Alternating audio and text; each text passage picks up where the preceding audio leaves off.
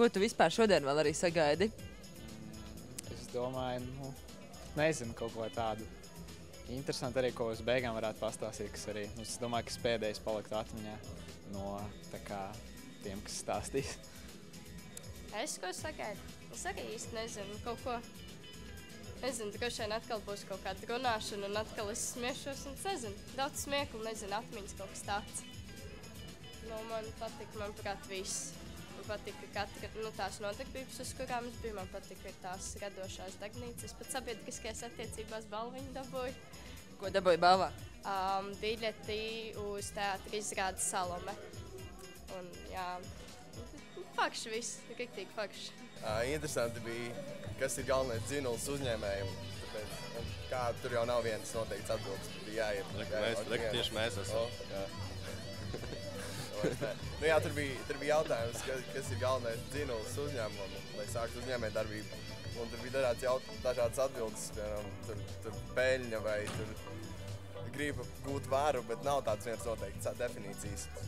Katru cilvēku kaut kas cits motivē. Veselīga konkurence, viss ir kārtībā. Un tā jūs iesiet uz priekšu, cenšoties būt labākais priekš sevis, labākais starp labākajiem. Man sauc Lūīza Baiba.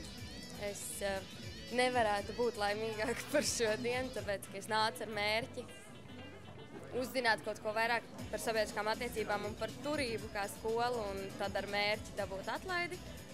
Dabūju, un viss ir kārtībā. Un ja, piemēram, būtu sanācis tā, ka tu šobrīd nebūtu mūziķis un tev būtu daudz brīvā laika, mācītos tāpat kā šie jaunieši vidusskolā, vai tu nāci uz šādu pasākumu? Es domāju, noteikti. Es noteikti nāktu, bet es nevaru iedomāties, ka es neesmu mūziķis. Tas ir praktiski nereāli, bet es noteikti nāktu.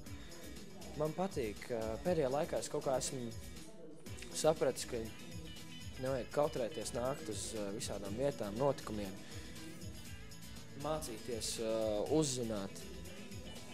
Tā teikt, varbūt ne šī gadījumā būt par muļķi, bet šeit neviens nav muļķis, bet pieņemsim, tas ir tā nedaudz skarbāk dzīvē, kad atļauties būt muļķim un uzdot jautājumus, parādīt, ka es neko nesaprotu tanī jomā.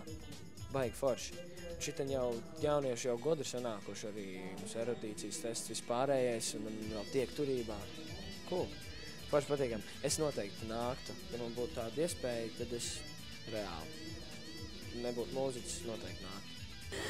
Es esmu Madara, es esmu jauno profesionālās skolas veterāns, tā teikt, organizatoriskajā ziņā. Pirms 2 gadiem arī organizēju šo projektu.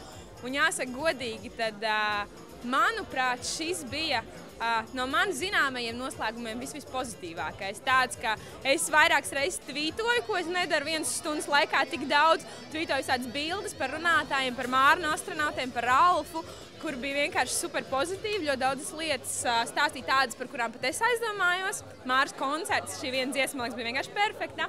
Un tik ļoti daudz pozitīvas emocijas. Un Arnis Mīderis /showmans vienkārši man lika tā, wow, ieplest acis un sajūsmā aplaudēt. Skaļi. Izdevies, maleči.